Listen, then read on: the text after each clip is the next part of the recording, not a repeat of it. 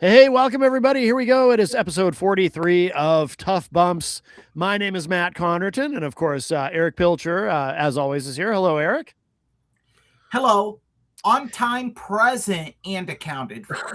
That is true. That is true. And also here with us, of course, we have the executive director of Tough Bumps, Austin Hicks. Hello, Austin. Hey, how you doing? Good, Who good. had to ask, how do I spell executive? Uh that's not known. We don't know that for sure. We do know that for sure because I witnessed it. You know, E before C, those words can be confusing sometimes. Yes, not everyone's a good speller. I have to spell things for people all the time because I have to be a very good speller. I used to be. That was like a talent that I lost, I think. Really? Yeah. Oh. I used to spell stuff like really well. Oh. You did you now? Yeah. Oh, okay. Well, they say your spelling ability is the first thing that goes in old age. Is it? No, I'm Okay, I was going to say, who is they who says that? Because I've never heard that ever. the same they that named him executive director of Tough Bumps. Oh. The higher power. Yes. Told you. Well, record time. That would be very appropriate. It was me, Austin. We are 3 minutes into. Are we even 3 minutes? No, it's like 3 minutes. Not even 2 minutes. Yeah, we're not even 2 minutes into this, and I have a headache. So they say not being able to tell time is the first thing to. That's the first thing to go. That's not something nice to say to someone who just turned 43. Oh, happy birthday! Last Sunday. Well, happy birthday last Sunday. Yeah. How do you feel? Old.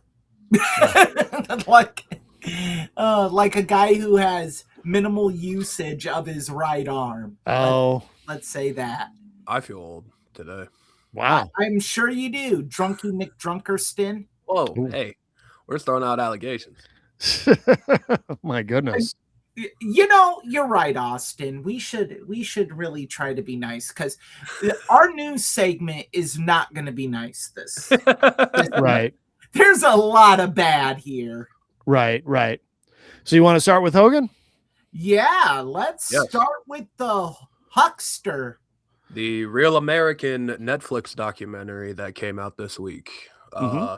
Only 4 episodes. It wasn't that hard of a watch. No, it wasn't. I enjoyed it. It was kind of easy to get through. Yeah. I actually liked it more than I thought I would. I'll be honest. I liked it until I thought of something, and I thought of it this morning. Mm-hmm. When it didn't like teach. If you know about Hogan's career, it doesn't really tell you anything you don't already know. But I didn't know about his brother. That whole story was a complete surprise to me. I didn't know a thing about that. Yeah, I didn't either. Yeah. My major complaint with the documentary is up until the 4th episode, I thought they were very fair. Mm-hmm.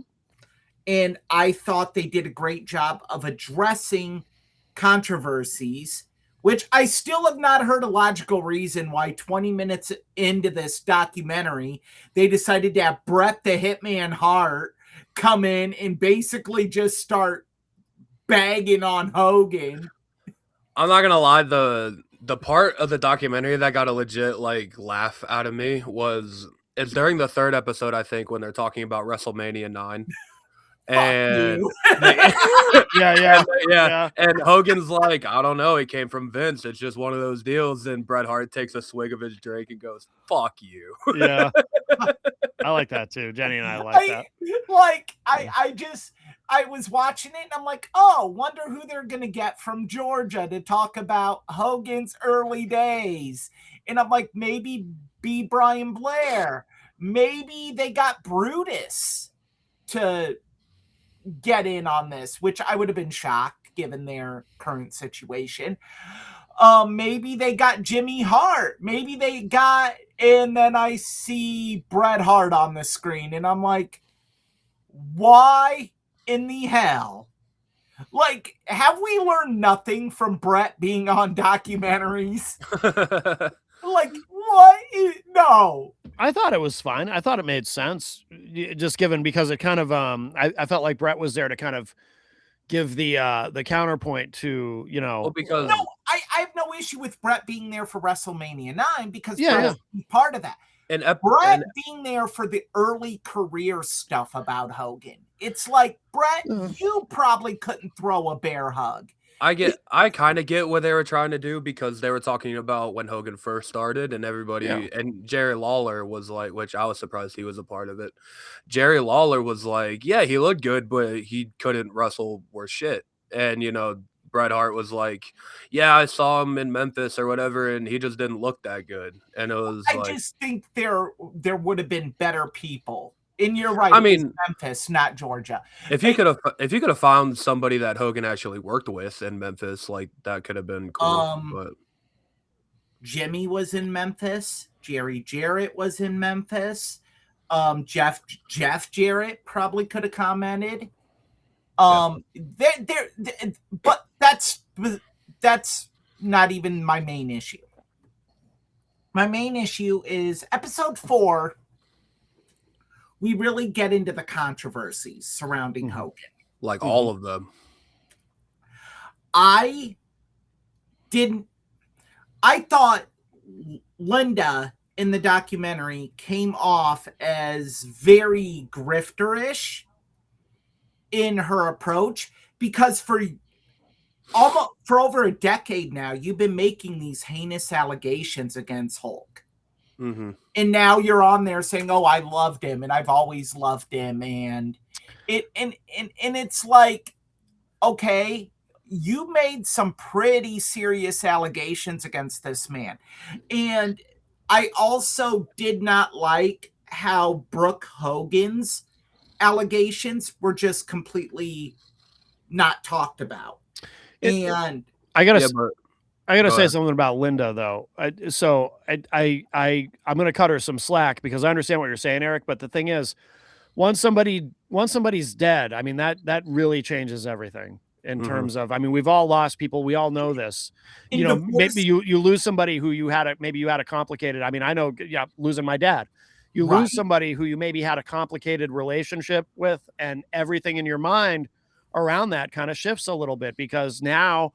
That whatever problems you may have had, whatever negative feelings you might have had to that person or whatever, now that none of that will ever get resolved, and it sort of forces you to start thinking about things a different way. So I understand what you're saying, but I cut her a lot of slack on that. I guess my thing is like I had no issue with her being in the documentary. Yeah. No, she almost had to be, I feel like. Yeah. I thought early on, I thought she was very transparent, especially talking about the drug use that her and Hulk had, which I thought was very bold of her. But I go back to my original point. Brooke was completely excluded, and I'm going to concede that Brooke I was probably asked to be a part of the doc and declined.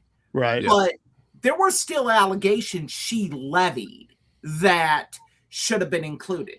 And they almost completely, in my opinion anyway, brushed over the racism of Hogan. And I think that was wrong. That had I don't think they brushed it over. They talked about it like a decent amount. They talked about it a little bit, but I thought maybe some representation. They glossed over it in the sense that they said, you know, he used a racial slur. He was caught on tape using a racial slur, and they just kind of left it at that. And what he said regarding Brooke and the man that she was seeing at the time went way deeper than just using a racial slur. So yeah, they did. I think they did kind of gloss over that. It's one thing I would have loved, like, because one of the most I don't mean this with a racial connotation. One of the most eloquent to speak about it has been Mark Henry. Yeah. And I think Mark Henry would have been great to bring on for just to talk about that. Just be like, no, Yeah. here's why. Yeah. And here's the deal. That to me is a very they had damning omission to the documentary. Booker T is in the last episode quite a bit, and I feel like they didn't ask him about that at all. No, they didn't. And Booker would have been another one to talk about. Very odd to me that they didn't want to ask Booker T about it. That to me really diminishes the documentary, because if you're going to do this tell-all documentary as it was advertised as, you gotta leave no stone unturned. And as hard as it is to talk about in today's society, in race relations, and cases of racism, you gotta address it, because it is a major part of Hulk Hogan. To be fair, we don't know. They may have asked him and he didn't want to get into that part. He may have said, no, I'm not talking about that. I mean, whether he talked about it or not, you have post-edit. I mean, you did cover the funeral, so you could have added a segment even if Hogan said, I don't want to talk about it. Yeah, but I do realize that's a little devious, because he's always been reticent to touch on that, hasn't he? Like, I'm trying to think of when I've heard Booker T address that specifically, and maybe he has, and I'm just not remembering on his podcast. Has he? Booker's talked about it, yeah. But okay, I'm gonna say this: it was very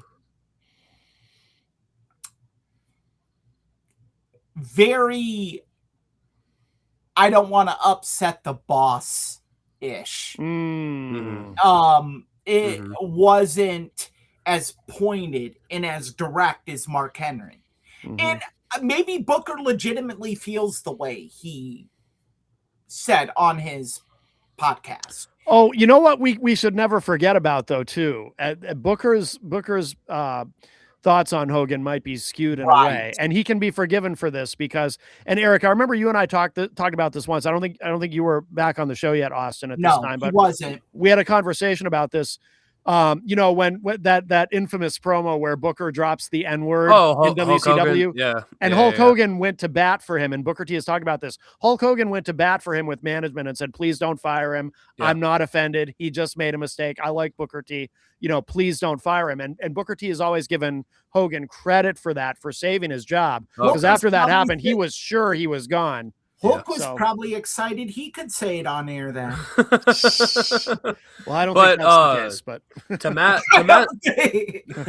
Matt's point though about Hogan may not want to talk about it, like there was a couple times during this documentary where Hogan like shut a whole question down. It was about his brother specifically, where he was like, was there a funeral? Like, were your parents involved? And he was like, brother, we're not doing it. Like, and I get that, and that's fair, I just, again, you don't necessarily need Hogan to talk about it to talk about it, and I think that that's something that should have been discussed, because in a way you were building a case for why people may have an issue with Hulk Hogan, and that's number one on the list. If you talk to in that and his obvious, we can say obvious gaslighting and victimization of his daughter and wife. Yeah.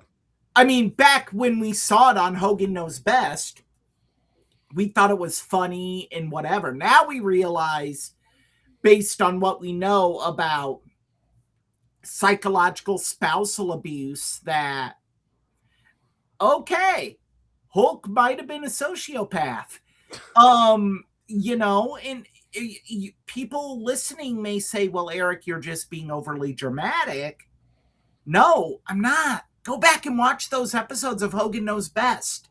There's a reason you can't find it anywhere streaming. It is very damning to Hulk Hogan. I didn't realize that. It's not available for streaming anywhere? Not available anywhere. I didn't know that.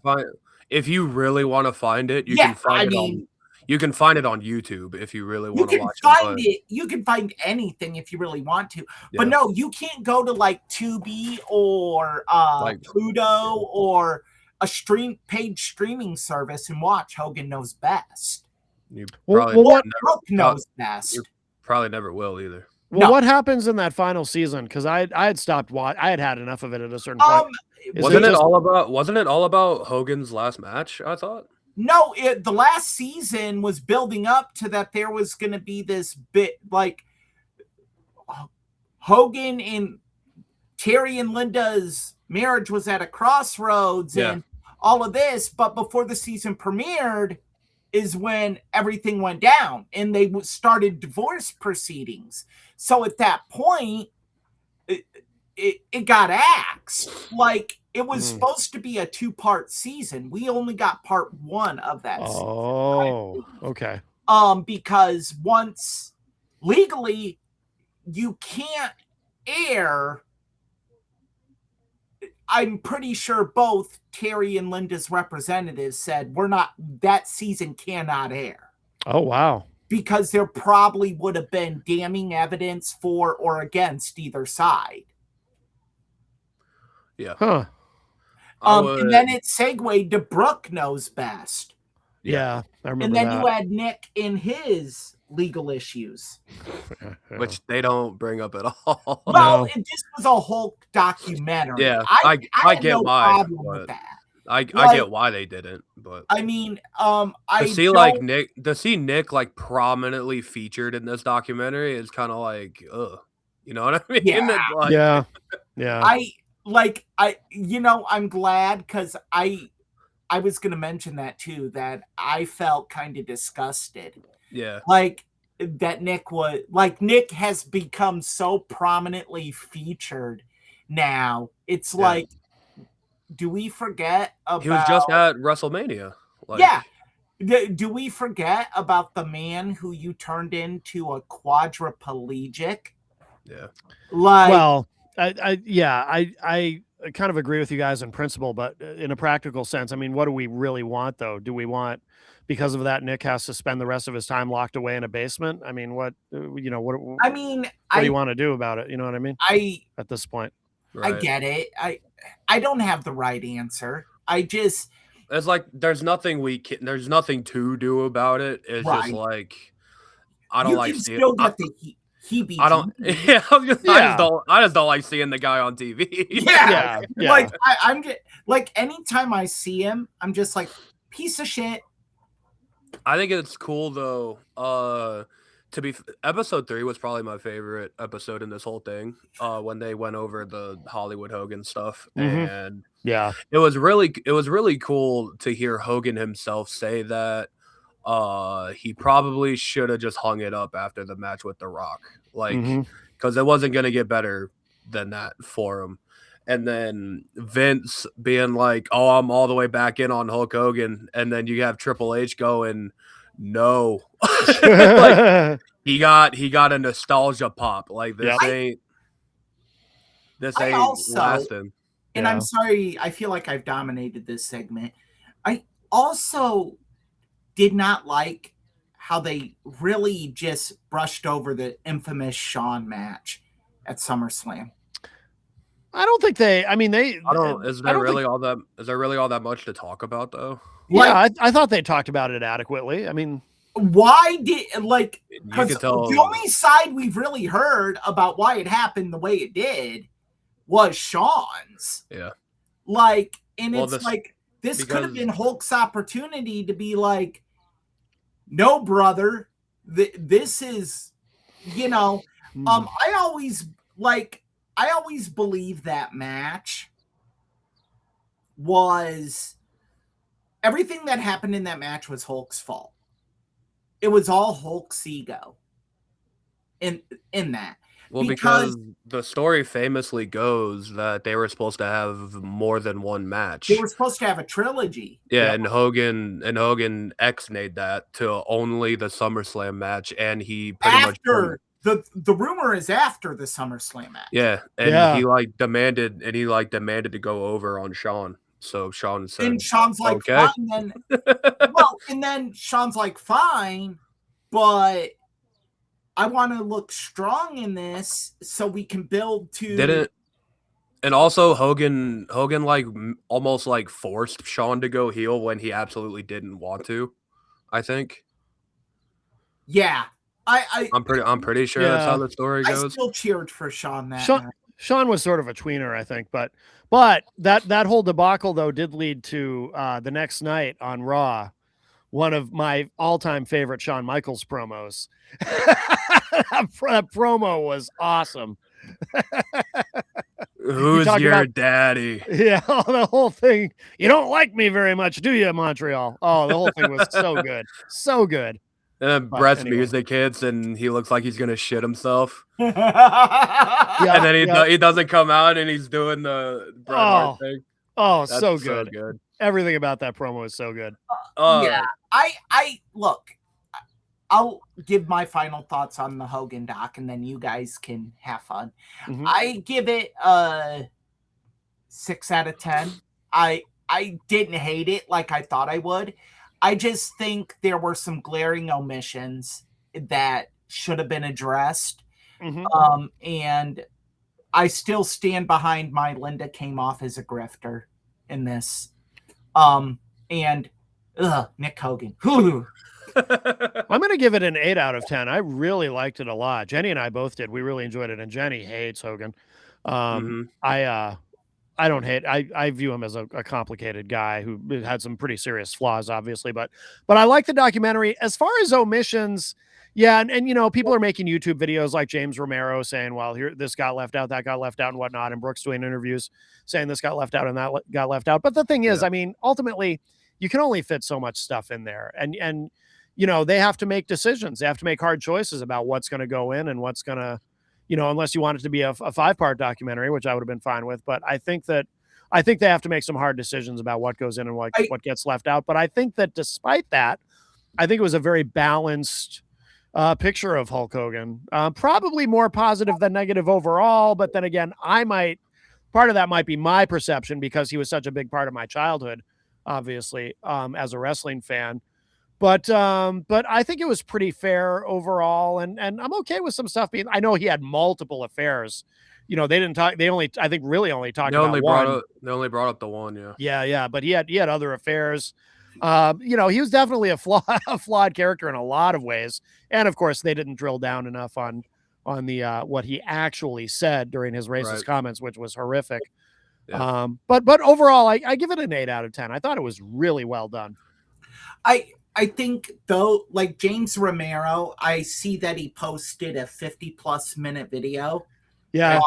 I haven't watched it, but I think like if you're going to post a video like that, you damn well better have looked at the end credits and saw executive produced Paul Levesque sitting.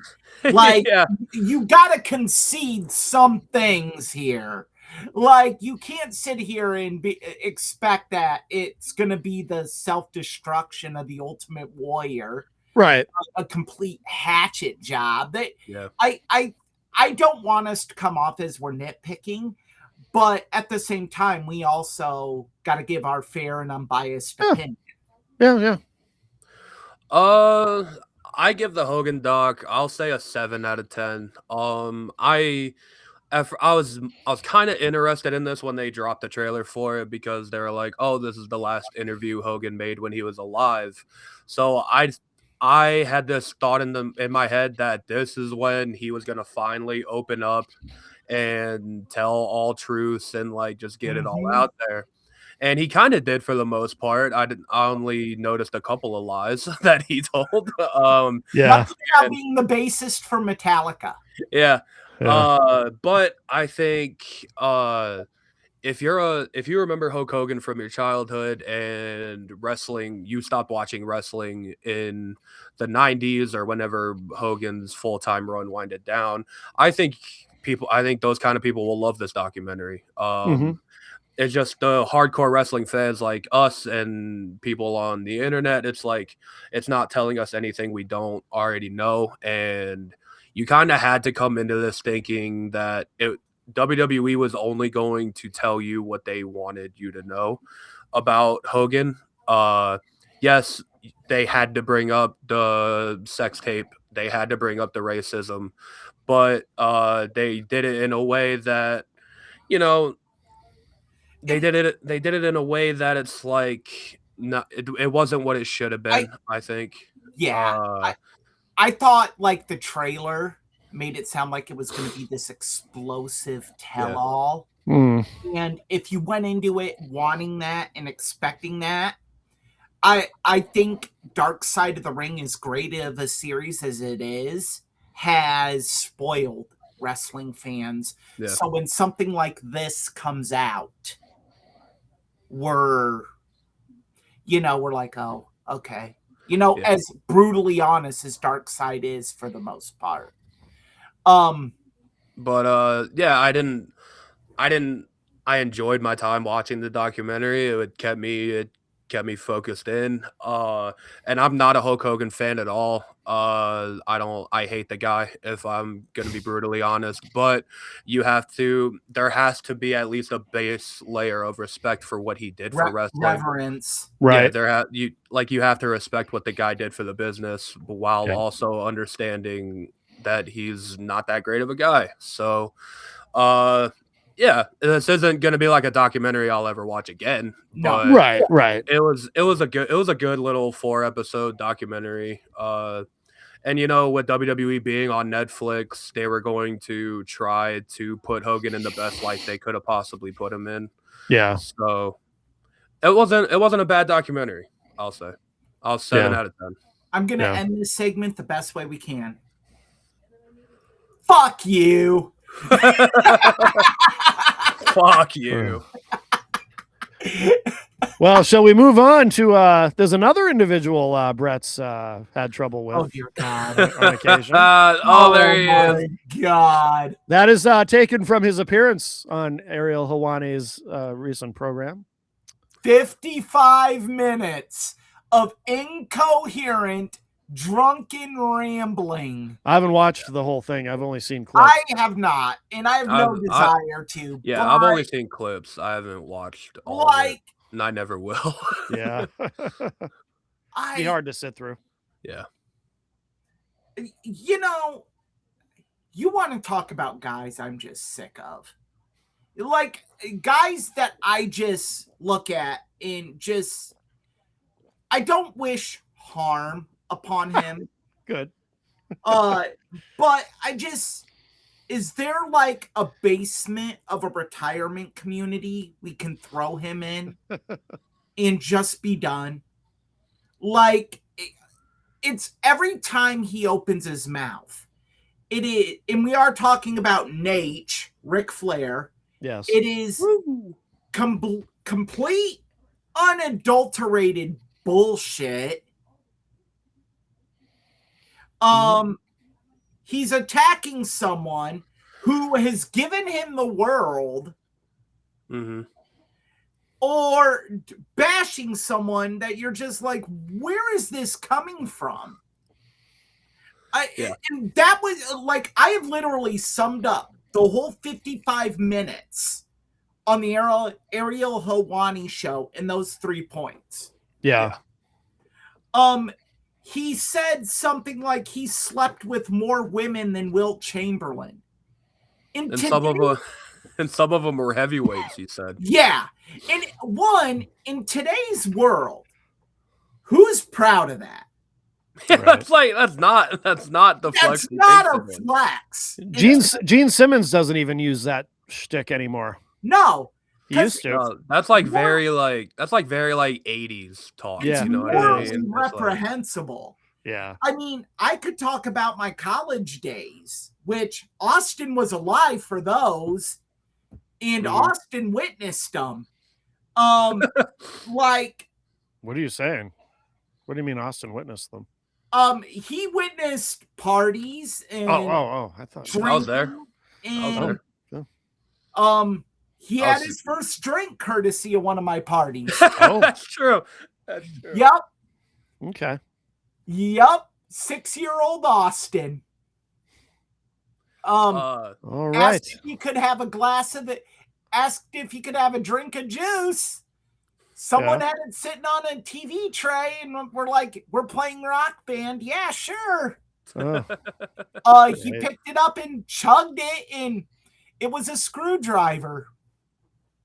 Great. Yeah. Eric Pilcher Child Care.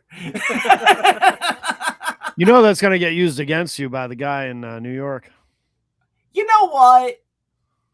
Cool. Yeah, by the way, hello to Mr. D if he happens to be watching. Yeah, Mr. D, you know, we will never force you to choose. No. We will never question your loyalties. Anyone who watches us. Yeah. You can watch whatever podcast, radio show you want. Yeah, he's our new best friend. We are non-judgmental or discriminatory on that. That's right. That's right. Here at Tough Bumps. That's right. The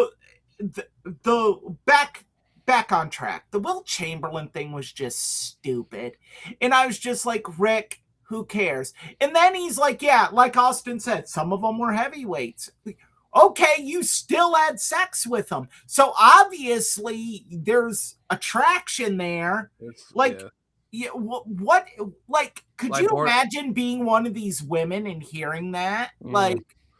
I'm sorry, I don't want to be this guy that's like, oh, he's like shaming people, but like that's borderline fat shaming. What he it is fat shaming. There's no borderline. It is fat shaming.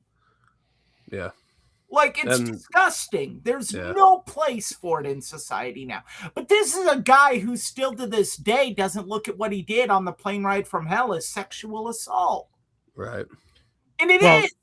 But it is absolutely. But has he ever acknowledged that even happened? No. He says that he kissed her, but his whole thing is it was consensual. Right. I don't know. I have never been with a woman that's crying while I'm pressing myself on top of her.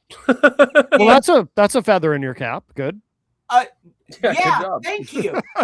The guy from New York ain't gonna bring that up. No. You know what I mean?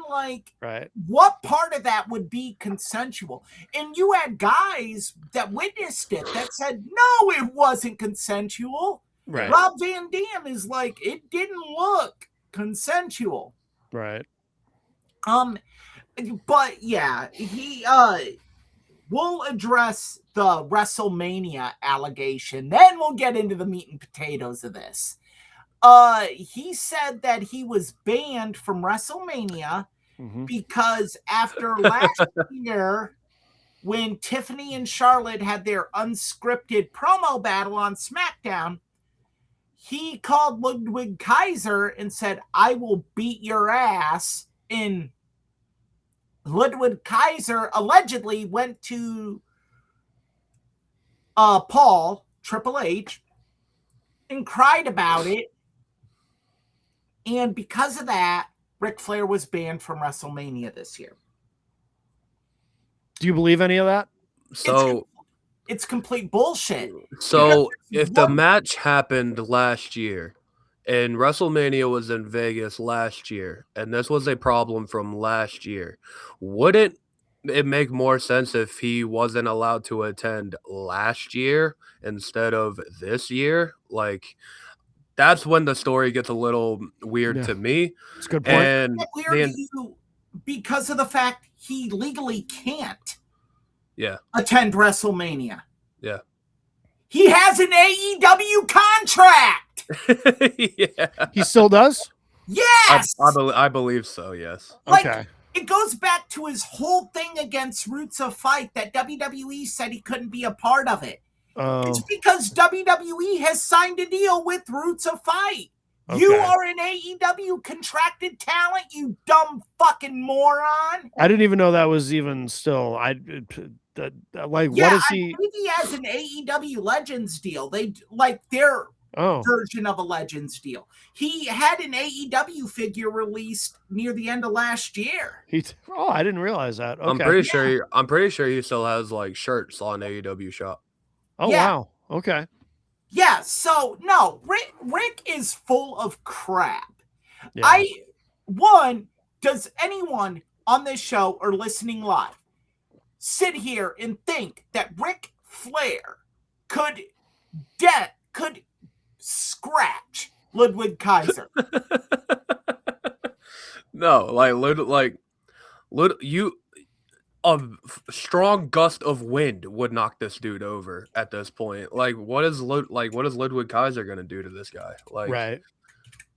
Ludwig Kaiser simply just has to push him, and he's hitting the deck. You know what I mean? It's like, and it's just getting sad. It's been sad, but like it's getting even more sad because, you know, you would hear these like drunk tyrants about Ric Flair like maybe once every few years, and everybody's just like, oh, that's Rick being Rick, you know what I mean? But now these are becoming more and more frequent, and like it seems like every few months now there's someone we hear about something like this from Ric Flair, and it's sad at the end of the day, like what he's doing to himself. I think it's also, there needs to be something said about these podcasts and these shows that keep bringing him on. Mm-hmm. Like, well, he used to have his own. He's been how many podcasts of his own has he been through? Like 3 or 4. Yeah. Three-time podcast loser, if you want to quote the amazingly talented James Romero. Yeah, because he had one with his father, with his son-in-law, Conrad Thompson. Conrad Thompson. How do you not make a podcast with Conrad Thompson work? Right. He had that. He had the one with Mark Madden, right? And that ended very strangely. I still don't even understand what happened. That was bizarre. It was very odd what happened there. Yeah. And then the other one, he tried again with Conrad, and it failed. Oh, he did. He tried a couple times with Conrad. I didn't realize that. Okay. I don't think the third time was with Conrad, but it was a part of ad-free shows. Yeah, it was his like thing. Gotcha. Yeah. But yeah, and then he targeted Dutch Mantel and Stevie Richards. That's so like out of nowhere. Like, well, and his flex against Dutch was he doesn't have health issues as severe as mine. Oh, well, like good for Dutch Mantel. Yeah, that's awesome. That's not the flex, Rick. You want to here. Wow. Yeah, it's like, I don't know. Like, I've kind of been over Ric Flair for a while now, but to be honest, the nail in the coffin for me was when he said JR was using his cancer as like sympathy or something. The nail in the coffin for me was when I heard rumors of his behavior in Davenport, Iowa. In the, I want to say 2020, late spring, early summer 2020, he appeared in, again, these are rumors, so if anyone was there and can corroborate this or can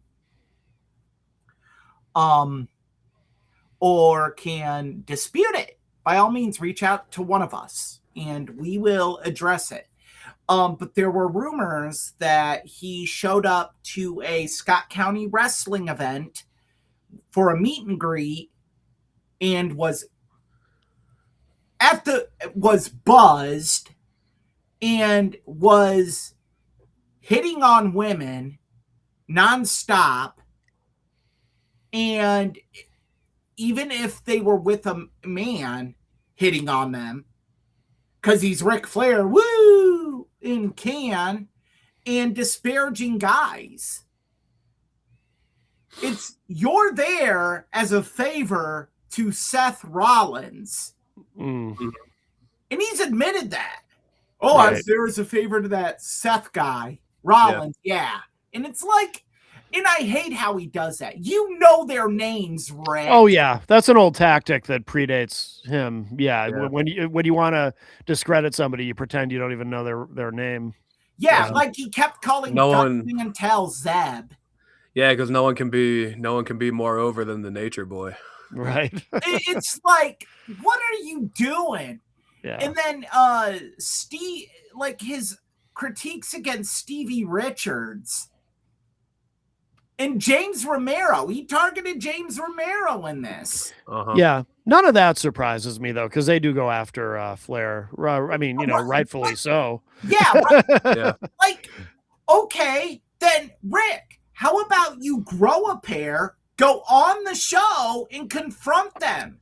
And in fairness, Stevie Richards has also, I mean, he's been balanced. He calls Flair out for the embarrassing things that he does, but he's also said very positive things about him too. Called him, I think at one point, calling him the safest worker he'd ever been in the ring with.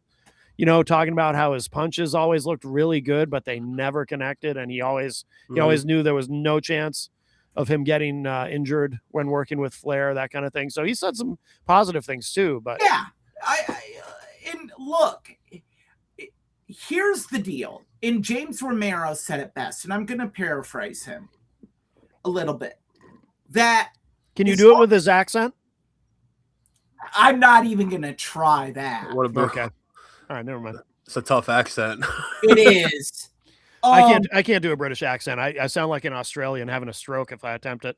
I would say I would sound like an Australian with a mouthful of food. Okay. I can't. But he said the problem with Ric Flair is as long as you're essentially glazing him, you're good. Right. But the minute you do anything that is a perceived slight, not even a slight, a perceived slight, it's all bets are off and you become the enemy. Yeah. Mm-hmm.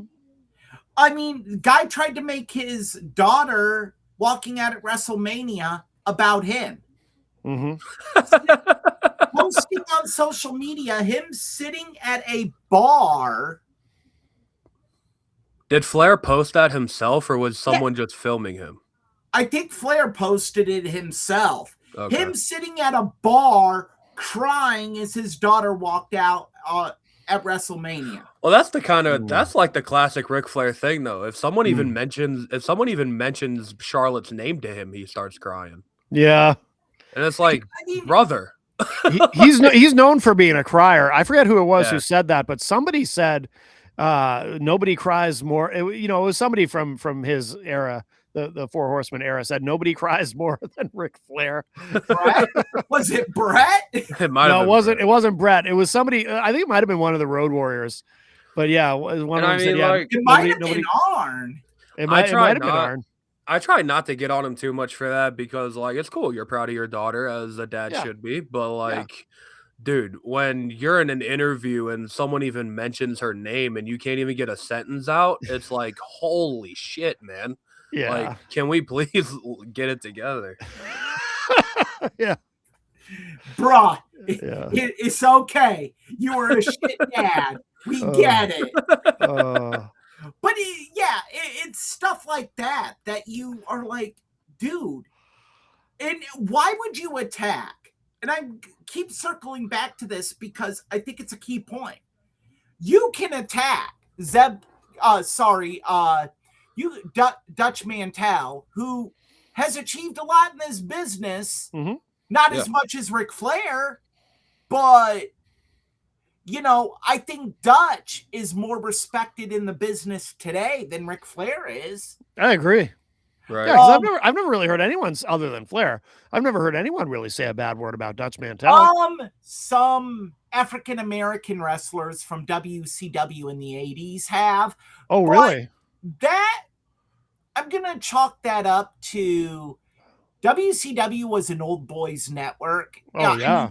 And if you're going to go after Dutch Mantel when the booker at that time was Bill Watts. Right. I didn't know about this, though. Dutch has been accused of being racist? He has, but he has. I didn't know that. I want to say, full disclosure, you hear it and you're like, oh, no. No. It's very similar to the JR situation. Yeah. Okay. Not even that bad. Yeah. The only thing I can compare it to, really, like is JR. A developmental talent came in, and he wanted him to come out as a stereotypical Southern black man. Okay. And that's racist. Well, one, there was a booking committee in WCW. Who was in charge at that point in time? Bill Watts, who probably came up with that idea. Safe bet. Bill Watts, who had to deliver the message. Right. Probably Dutch Mantel. Right. So it's one of those, they're shooting the messenger. And like not even mentioning the letter sender. Right. Okay. So it's that situation. Yeah. He went after James Romero, and to me, that's like, why? James Romero just hosts a podcast. Yeah. Like, what are you doing? Like, you opened yourself for James Romero, and I love James Romero's response because he went scorched earth on Ric Flair. As he does. Rightfully so. Saying, I'm a better father than you will ever be. I have a better house than you will ever have. Yeah. I have the respect of my peers, which you will never get again. Right. And it's like, damn. Yeah. But you listen to it and you're like, this is all true. And then he goes after Stevie Richards for not having money. And I don't know if that's true. Like, yeah. Stevie, look, it's like, why dog someone who's just happy with their station in life? Yeah. I have never heard Stevie Richards have the just pure hatred towards anyone in the business like Ric Flair does for so many people. Yeah. Right. Also, seems to me Stevie Richards is pretty successful these days too. I mean, he said in his response he owns his house outright. Yeah. He's like, why? Because I didn't spend $10 million on a house when I knew realistically I could only afford like one. Right. So yeah. And then the best is when he said Ludwig Kaiser wouldn't be around as long as a gnat in the wrestling business, and then questioned if he was even a part of the roster anymore. Well, that he can be forgiven for that. Oh, he's getting worked because he doesn't know. He's getting worked. Yeah, exactly. Yeah, he doesn't realize Kaiser's current Nate identity. is getting worked. Yeah, he's getting worked. Working on Nate. He's getting worked by El Grande Americano. Yeah, exactly. I mean, he probably still thinks El Grande Americano is Chad Gable. Right. Yeah. If he even knows who Chad Gable is. Yeah, he may not. Give him time. He'll call Chad up and threaten to beat his ass for. Well, he looked at Lacey Evans, and Rick still thinks that they're in a relationship. Right. Yeah.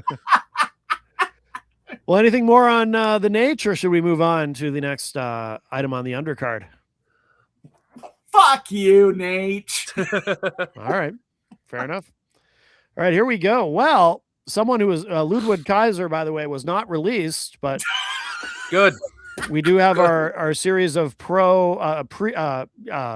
rather. I can't talk. WrestleMania releases. Yeah. Quite a list. Unfortunately, yeah, as you can see, Dante Chen, Andre Chase, Alba Fire, Zoe Stark, who is currently injured, which sucks. Sucks, Zoe. Santos Escobar, who I believe is also injured. Apollo Crews, the Motor City Machine Guns, which is Chris Sabin and Alex Shelley. Eric Rowan, Dexter Loomis, Joe Gacy, Nikki Cross, and Bo Dallas. So the entirety of the Wyatt Six got released. Mm-hmm. Kairi Sane, Zelina Vega, and Aleister Black, who has only been back in WWE for a year. And interestingly he is now gone. enough, AEW talents have come out. Yeah. And basically said, we don't want him back. Because... Oh, have they? Yeah. MJF openly said like, we don't want you. Wow, no kidding. That Because surprises me. the rumor was that No he was not the easiest guy to work with in No job. AEW. Yeah. Interesting. No job. Not No gonna job. job. No Yeah, job. he didn't want a job to anybody unless it was Oh, Edge. that's interesting. Unless it was Edge. I did not know that. You know, this happens every year or after WrestleMania, and it sucks. Like, there's no other way to look at it. It sucks that people lose their jobs, but the name that stood out to me, and I'll touch on the White Six in a moment because I'm really pissed off about that. And I'm unbelievably upset about that. I'm gonna really go off on that. But the name that stood out to me is, in today's climate, why would you release Kairi Sane? Especially since they seem to be in the middle of setting up a big angle with her and Asuka. The inevitable split. You have basically gifted Kairi Sane to AEW. Oh yeah. And I think AEW is their women's division is quickly improving. Yeah, they're booking it a lot better. It's getting a lot better. And you could build a women's division around Kairi Sane. Mm-hmm. And people are like, well, what'd she do in WWE? Well, you can only make the best out of what you are given. I mean, I always thought she was underutilized. You know what I always loved about Kairi Sane is, I've always said this, the insane elbow. And I understand all it is a top rope elbow drop, but there's something about the way she did it that I always thought looked so cool. I don't know if it's the height that she would get with it or what, but it just looks so cool. It's one of the she does it. It's one of the best elbow drops like ever. Isn't it? She tucks that elbow when she goes down with it tighter than Savage did. Yeah. It just looks so good. So high. Yeah. You see it come and you're like, oh, that's going to be sick. Yeah. But it never is. And like I always say, like everyone talks about, well, why does Randy Savage have the greatest elbow drop ever? It's because of how real it looks. Yeah. Like he tucks it up so high. Like you literally think every time the point of that elbow is going into their sternum, and it's not. It's all here. Right. And plus, like Savage's elbow was like one fluid motion. It was like it almost looked like he would like pause. It was like it would pause mid-air almost. And same with Kairi's, Yeah, no one else can replicate that. Like when Punk goes to do it, I'm like, oh no. It looks awkward when he does it. Punk's Punk's elbow drop is bad. It's as awkward as Punk's sharpshooter. Yeah. Like his sharpshooter. I said this to Austin in a private, we were talking during a PLE, and he told me to shut up. I said, that's not a sharpshooter. And Austin, you know what I'm going to say. Yeah. I said, that's not a sharpshooter. That's a Scorpion Deathlock. Yeah. And you look at the difference. The Scorpion Deathlock is just a sloppy version of the sharpshooter. Brett's sharpshooter is so tight and compact, and you actually believe he's doing damage to someone. You don't believe that with the Scorpion. Fair. You look at it and you're like The Rock does a Scorpion Deathlock. Oh yeah, and it looks awful. I don't even know what you can call what The Rock does because it just it's like awful. shit all the so time. Bad. It almost looks more like a Texas clover leaf than it does a sharpshooter. Yeah. Really bad. Before we get to the Wyatt Six, because there is a lot to say about that. There is. releasing the Motor City Machine Guns is so insane to me because depending on how you feel about the Motor City Machine Guns, I get it. They're up there in age. But at the end of the day, in my opinion, they're one of the best tag teams in the world. Agreed. And you know, And they're best friends with the Young Bucks. Yep, WWE. I get it. They wanted to try WWE because everybody goes eventually. There's people that probably won't. Shake, though.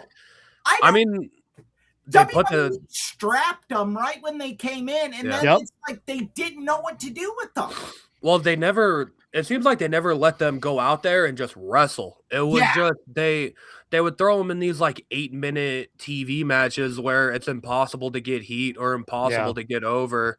Yeah. And you know, they never cut a promo. Their theme song sucked. It was like they never really gave them a full a legit chance. And like Eric said, they are really close with the Young Bucks. I would imagine when that 90-day notice is up, the Motor City Machine Guns are going to be all elite. I promise you. Probably.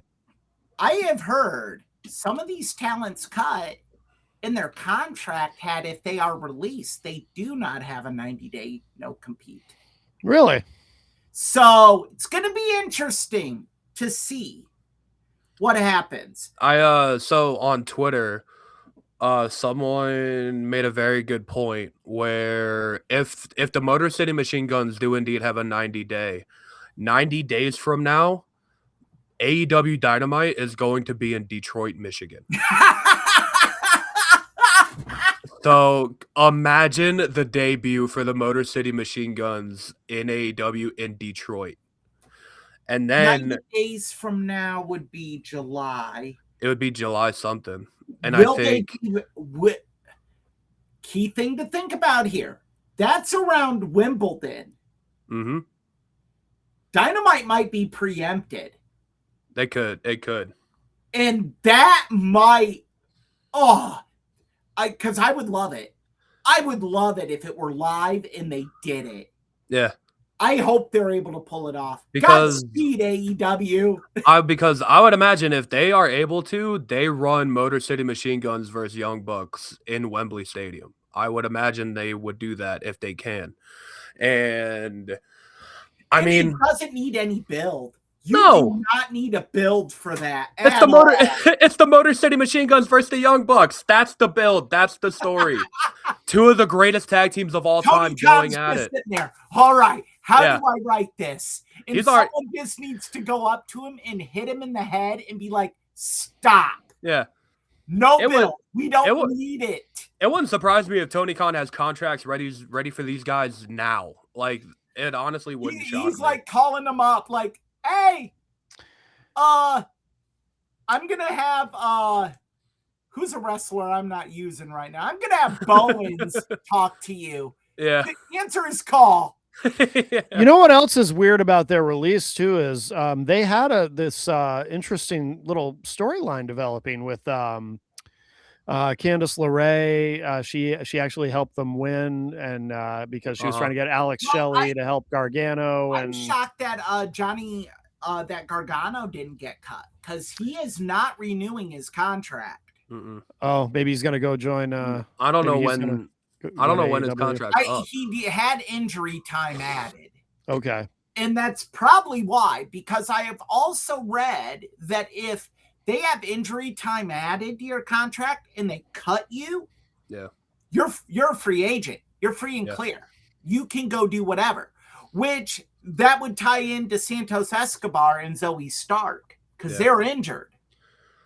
Santos Escobar getting released kind of shocked me because kind of, but not really, because it's a weird situation. They weren't really using because Santos wanted to leave.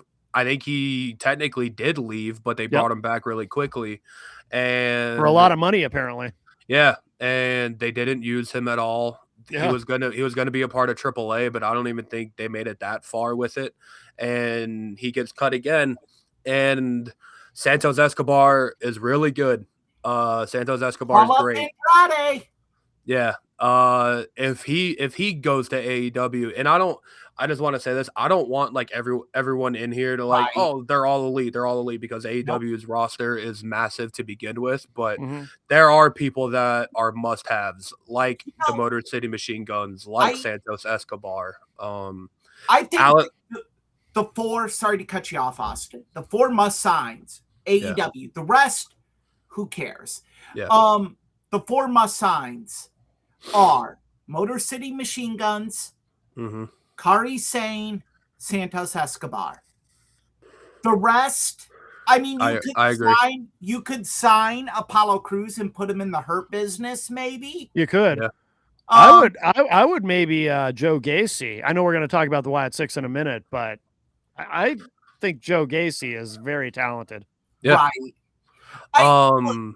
My issue with the Wyatt Six is this is one of the more despicable things WWE has done in recent memory. In a long time, yeah.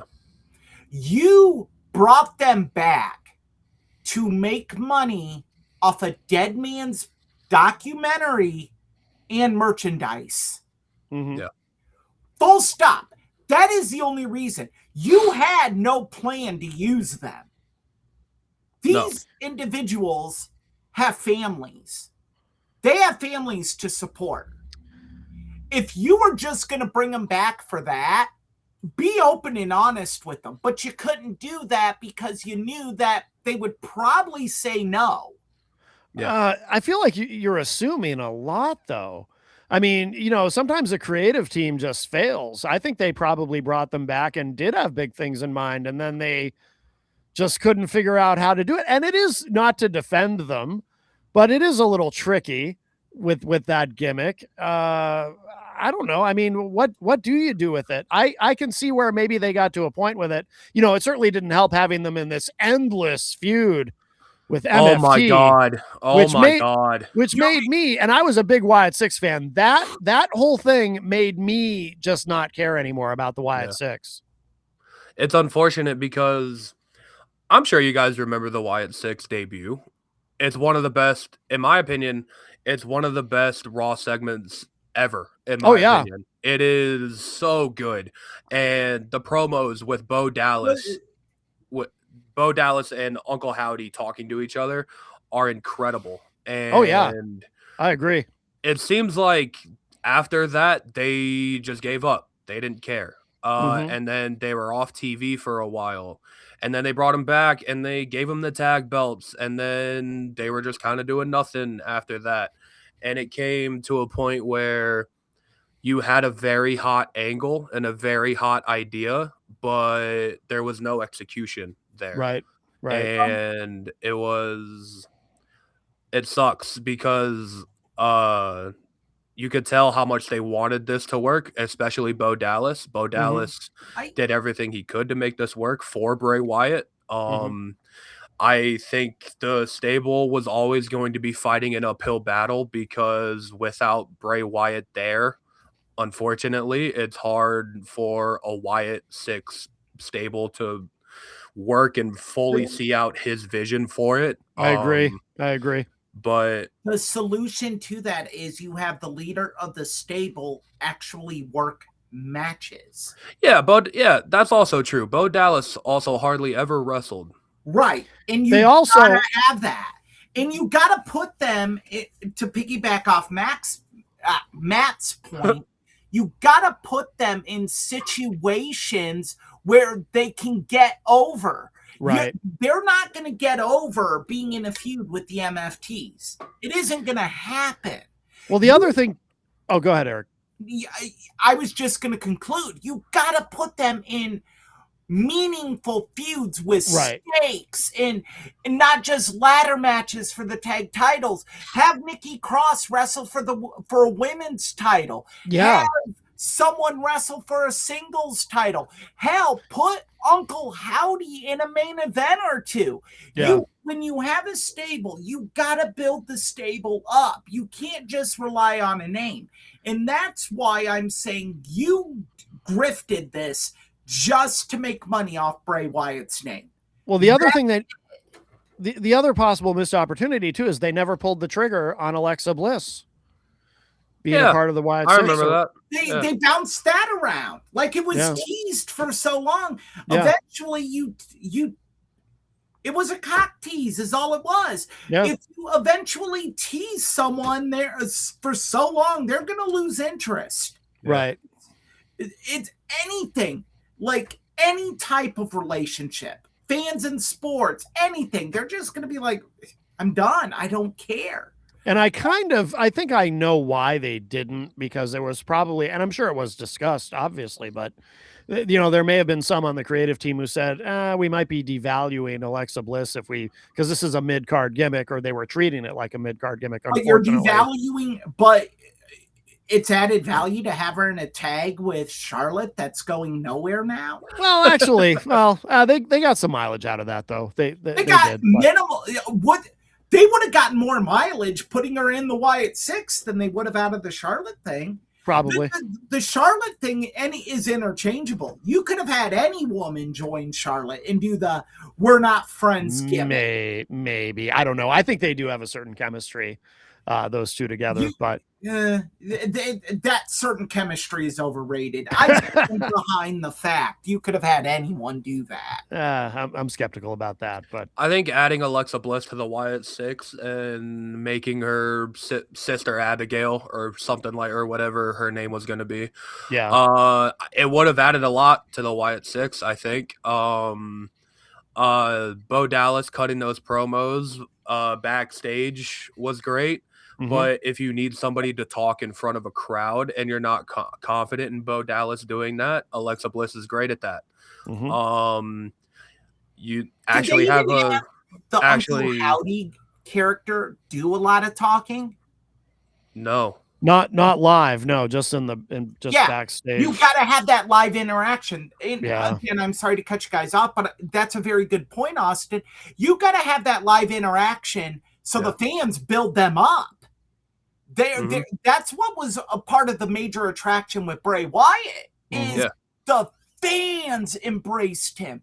You had the whole thing with the fireflies and the fans singing the song. You didn't even have to play his entrance music. No. Right. And the fans could sing him to the ring. Right. You don't build that with vignettes. It starts that process, but you need something to get that connection. Yeah.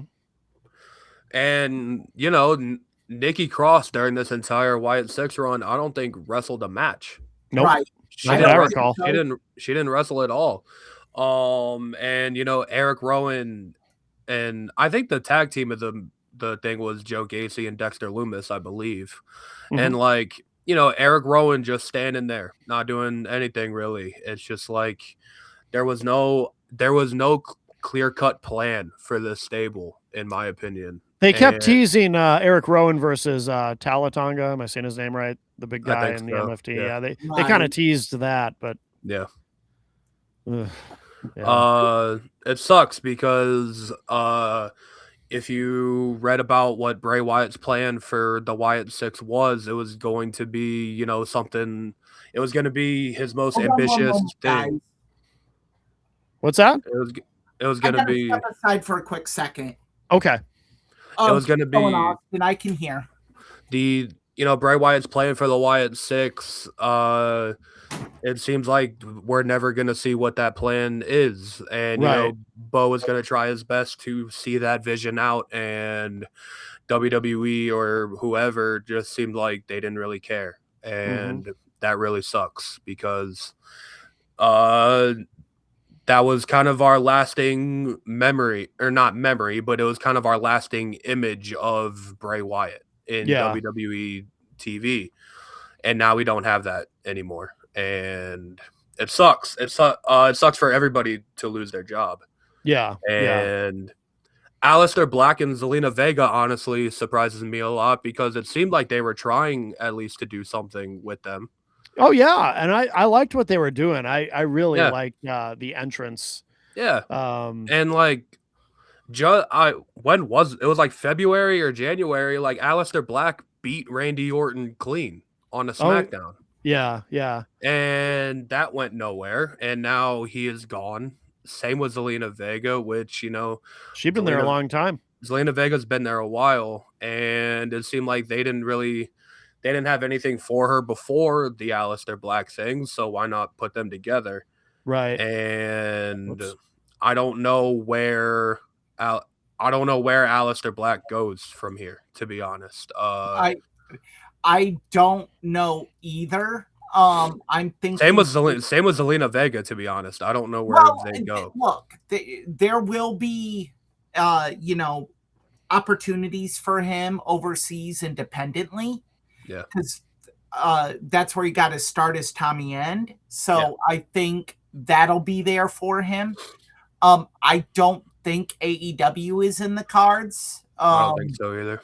You got to be careful, because I think these guys think that because there's two major companies, they'll always have a job somewhere. And that isn't true. Yeah. You got to be careful. And Aleister Black and Zelina Vega didn't really shock me, because I don't think they ever really knew how to book a character like Aleister Black. Yeah. Well, they tried it. They tried it with Karrion Kross, and they couldn't figure it out. So then they tried it with Aleister Black. Figure it out, and and I think there's too many old heads in WWE creative right now to book a Aleister Black or a Wyatt Six. They don't have that ability. And people are like, well, Eric, you said a few weeks ago that they have the right guys booking Danhausen. No, I said they have the right mind booking Danhausen. I guarantee you they have one person booking Danhausen's stuff. And there's a major difference between what Danhausen does and what Aleister Black and the Wyatt Six do. Yeah. And if you're comparing those, that's like comparing vegetarian lasagna to something you would get from Italy. Like, there's no comparison. They're totally different. I personally thought Aleister Black was a safe bet, because when he left AEW, it was a foregone conclusion he was coming back to WWE. Yeah. And I remember a lot of people were like, his first run in WWE didn't quite work out because Vince didn't know how to book him. Vince didn't understand him. But Triple H booked him in NXT, and that's where he was booked the best. So with Triple H running the main roster, there's a better chance for Aleister Black. But maybe there's something we don't know about Aleister Black. Maybe there's, I don't know. Maybe there was backstage issues, maybe same issues that we're hearing about from the AEW talent. Maybe that reared its ugly head in WWE. Right. That's the thing we also don't know. We don't know, like, what happened with each individual behind the scenes. Right. And, there's something to be said for when these people come back. We don't know what the expectation is. Like, was Aleister Black over? Got cheers. Yeah. But was he as over? Did he get as over as Triple H thought he would? Right. I don't know. And so I think that's a key part of this as well. Yeah. Who else do we have on the list? Alba Fire. That one was kind of a surprise to me. It was because, she's been linked to Chelsea Green for a while, and, the secret Hervis was. I think they're getting ready to phone that in. It was entertaining stuff. I know Piper Niven's hurt, so it was kind of just her for a while. But I think the backlash they've gotten from what they said on WWE Unreal is going to kind of do them in on the secret Hervis. I think I think we're going to start seeing it as Chelsea Green recovers from the injury. Mm-hmm. I think they're going to have to course correct with her. I think she's going to come back as a major face. And she's going to be a baby face eventually. I think the crowd is going to force Creative's hand and make her a face, because they've already been cheering her. She's a very entertaining heel, and I think that with the additions they've made on SmackDown with the 3 girls from NXT, Fatal Influence. which I thought that they got major go home heat. Oh, you think it was go home heat? I thought it was just heat. That ain't go home heat. That's JC Jane playing the hell out of the crowd. Yeah, I agree. Okay, I'm not familiar with JC Jane, but JC Jane's awesome. Like I was, I'm like, ooh, boy. JC Jane is really good. Yeah. But again, okay, so they're monster heels. Yeah. You now have an overabundance of heels on SmackDown. You gotta flip some of these women here. I think the prime candidate is Chelsea Green. And I think you throw her in the deep end now and see if she can sink or swim. And she can swim. I think she can do anything they give her to do. I know she can swim. I'm not disputing that. But that's got to be the logic. Can she prove Michael Hayes wrong? Yeah. Can she sell a match with Rhea Ripley as the women's main event of a PLE? Mm-hmm. Yeah. I think she can do whatever they give her. Yeah. I agree. She's not good. But I think that everything that happened on Unreal, I have a conspiracy theory. I think. Oh, you think that was a work? It was a work. Michael Hayes was working. Yup. You think so? Michael Hayes is working. And I think there were only 2 people in on it. Yeah. Him and Chelsea. Green. Interesting. Yep. Interesting. Maybe because they don't want to piss him off. Maybe Undertaker. Really? Undertaker came out and defended Chelsea Green. Yeah. I remember that. Yeah. And so I think that those 3, like Michael Hayes got together and was like, well, who's a guy that's respected? Oh, Taker. Who's more respected in this business than Taker? Right. And so, yeah, I look, everyone bashes Michael Hayes. Good, bad, or indifferent. I think a lot of his criticism is unfair. People say people call him out for a lot, and some of it's fair, but I think Michael Hayes has one of the best minds in the business in regards to certain elements. And those certain elements are time tested and true. That's why he's still around. Yeah. Yeah. And that's so very important. Yeah. Is that we sit here and we emphasize with that that Michael Hayes, it's very possible he could have went rogue and been like, hey, Chelsea, what do you think of this? Right. It's possible. And I think he might have done it even without talking with Triple H. Yeah, well, anything's possible. I mean, because I firmly believe Michael Hayes is one of those guys that could probably tell Triple H to go F himself and there'll be no recourse. Yeah, it's a made guy. Yeah.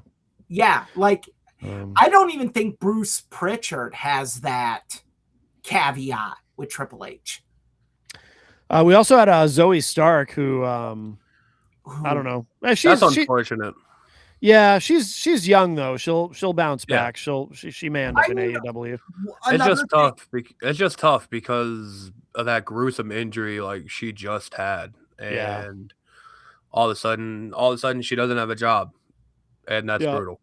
But yeah, she's young. I think she, if she wants to continue wrestling, which I believe she will, I don't think it'll be much trouble finding a place to go. Right. Apollo Crews, very odd. Wasn't he there for like 10 years? He signed in like 2015, 2016. Came up through NXT. Yep. Yeah. It's just a very odd career for the guy. Because in my opinion, he has all the tools, but they never did anything with him his entire time there. Yeah. I mean, they gave him like it was like a African king gimmick or something like that. Well, that was before, wasn't it? When he was Uhaa Nation. But that No, was- when he won the Intercontinental title, it was like he was embracing his heritage and he like came from royalty or something like that. He started talking in an accent. I don't even remember that. I remember. Oh, it was like 2021, I think. That gave me what was it? Yeah, I don't even remember it. Wow. He had like that gave me Saba Simba vibes. Oh, yeah. I mean, I miss Saba Simba. I forget. He had like a gimmick match with Big E at Mania. Oh, yeah, he did. It was not good. I forget what it. Look, the Nigerian drum fight at WrestleMania 37. That must have been. I must not have been watching it. That had to be a Vince idea. Oh, absolutely. Well, you're both black, so Nigerian. What's more black than Nigeria? I don't even think Apollo Crews in real life is Nigerian. I think he's just an American guy. I think. Yeah. I could just imagine Vince sitting there in creative. Nigeria. Yeah. Drums. You guys like beats? Well, they should have kept him. He could have feuded with Obafemi over. My God. Over who's the ruler of Nigeria. You know. Yeah. Why not? Who won the Nigerian drum match, Austin? It was Apollo Crews. He won the IC well, then title. He's the king. Yeah. But Apollo Crews is very talented, I think. Yeah. I don't know. AEW probably isn't in the cards for him if I had to guess, but I do kind of like his career. I do kind of like the Hurt Business idea, though. I think. Yeah. I think if you were to bring an Apollo Crews in, it's such a niche situation. Yeah. That you would have to bring him into. You know what I mean? Yeah. Like it has to be something specific. It isn't. We have this guy. We have this name. But we're going to give him a gimmick and we're going to build him up. No, you can't do that. It has to be a specific situation. In regards to Zoe Stark, I don't know if I kind of looked at that and like, my heart breaks for her, but we don't know how the recovery's going. WWE could have gotten medical that was alarming, and they're just like, right. This is what we're going to do. And that's an unfortunate part of any sports business. I hate when people say WWE cut an injured wrestler. They're horrible. The NFL does it all the damn time. Yeah. The NBA. And to be fair, WWE tries not to do that historically. Right. They try not to cut you when you're injured. I mean, so I think maybe, and I don't have any inside information. I haven't heard any rumors. This is just, I'm spitballing here. Maybe there's some, something there that we don't know. And I just wish her the best, and I hope she comes back. Yep. There was also Andre Chase from NXT and Dante Chen from NXT. I was shocked that there were only 2 NXT guys, especially with the third season of LFG starting tonight. Because NXT has such limited TV time to begin with. You're adding 2 more people to it. And granted, they did move up a bunch of people. So you're creating spots, but I thought there would be a little bit more NXT. This list is not complete though, because I think there was at least there was like a lot of like Evolve talent that got yeah. But I think these are the WWE contracted talent. I think Evolve talent is still under Evolve. Yeah, because I think it was 22 people total, and this is like, what was that, like 15? These are the major WWE names that got cut. I saw Matt Cardona post something that basically said you can do 3 things. You can cry about it, you can quit the business, or you can get up, dust yourself off, turn yourself into something bigger than you were. Mhm. And it's like, I love those words, Matt, but you're the minority. You're not the majority. And Yeah. like, Yeah. it's easy for you to say that. It would be like Cody Rhodes saying that. But how many Cody Rhodes and Matt Cardonas are there? Yeah, like at the end of the day, I'm sorry, like not all of the I'm just gonna single a name out, like Andre Chase. Like Andre Chase, I'm sorry, isn't going to be what Cody Rhodes was for the Indies. He's not gonna be what Matt Cardona was or Drew McIntyre. Like Mhm. Another good name.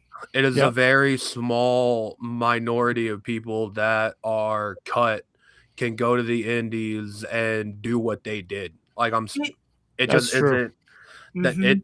it just isn't the destination for a lot of these people. Like Right. You're not. Yeah, I think that was. I love what he's trying to say, but it's like, a little, a little problematic, I think, and a bit hard to do. Yeah. Well, all right. Anything else on the releases, or should we get to the main event? Well, I kind of had a question here. Yeah. We are at an hour and a half already, or getting there. Right. I would like to dedicate a little bit more time than 30 minutes to the Raw after Mania. Yeah. And unfortunately, we didn't discuss next week's episode. Yeah. Okay. So I'm thinking maybe we conclude with the 3 major news stories that took up some time, and Okay. we bump Raw after Mania to next week. Well, it's fine with me. Okay. Yeah. Sorry everyone for the curveball. It's just that we did go there. These were 3 big stories. And Yeah. Right. I actually told Matt in our kind of pre-production meeting that this is going to take time because there's a lot to unpack. Yeah. Right. So Okay. yeah, That's fair. I think next week we will talk about the Raw after Mania. Okay. If that's okay with you guys. I only have 1 vote. And No, I am not the executive director. Yeah, we should defer to the executive director. Yeah, the executive. That's fine with me. I know, like talking about the roster cuts was going to take a while because there were a lot of names, and Yeah. like I mean, I the assume executive director that couldn't even spell executive. Yeah. Well, all right. So should we put a pin in this one then? Episode Yeah, we'll put a 43. pin in this one, just talking about news. Okay. Unfortunately, sometimes this happens. Yes, it does. Yes, it does. All right. Well, very good. So we'll conclude with that. Eric, where can people find you? You can find me on theirishtribune.com. This week, I will be having an article published looking at potential Notre Dame captains for the 2026 football season. And you can find me on Instagram and TikTok at Pilcher's Point, or you can find me on X at Eric.PilcherIT, or on Facebook at Eric Pilcher. Very good. Very good. And Austin, where can people find you? I'm on X or Twitter, whatever you want to call it. Watering hole. I tweet whatever comes to my mind, usually wrestling, but I talk about whatever I want. Just search up my name on X and you'll probably find it. All right, very good. And you can find me at mattconnerton.com. Also, I've got a new website, mattconnertonunleashed.com, which is I have specifically checked out for that. mattconnertonunleashed.com. It is very nice. Thank you. Although I am still waiting for Matt Connerton Unleashed, the best of Eric Pilcher. Oh, yeah. Any day now. We're going to put that one together. Is that www.mattconnertonunleashed.com? You know, I have the last 2 weeks, I have not used www. You guys want to hear a quick story? Yeah. Sure. Talk about irony. So after all the bitching I did, I had a problem with the new Oh, no. website with the domain. I was having a problem getting it to work without the www. I Oh, finally figured it out, but it was a pain in the, and I'm a web designer. I've done this many times, but for Right. some reason it was giving me a hard time. It was only coming up with the www, and I was having a bitch of a time. It took me like, it wasn't until the next day that I finally figured it out how to Right. fix it. But what, and it's the first time that's ever happened to me. But of course, it happened to me after I bitched about it on the show. I could not get it to work without the www, and I'm like, this is unacceptable. I can't have it like this. But I finally figured it out. Speaking of bitching about www dot, Yeah. I was speaking with one of my former advisors for a student newspaper. Apparently, there is a lot of complaining that the AP still wants people to use Yeah. www dot. Yeah. So that could be a change coming. I hope so. Then I will feel truly vindicated. And you know, I still want to know about this best of Eric Pilcher. Yeah, I'm working on it right now. No, you're on the show right now. I'm multitasking. No, shut up, Austin. No, no, like nice. There's a best of Texas Mike. That's true.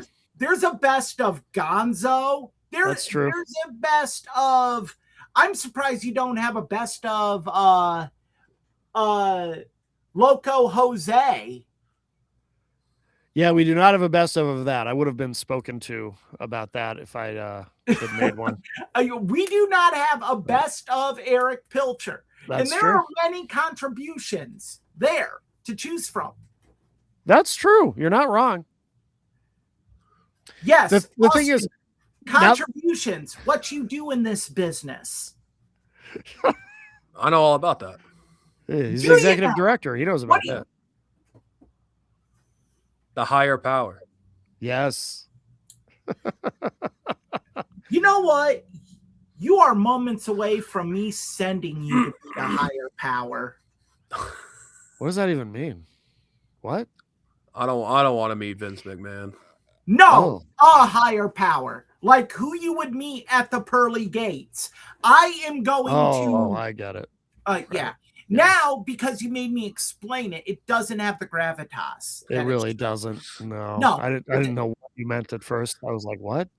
You knew exactly what I meant, but you knew I really didn't. I was confused. That was a Barry job by yours truly. No, you didn't bury anyone. Oh. What are you talking about? Channeled my inner Hulk Hogan for a little bit. There you go. Fuck you.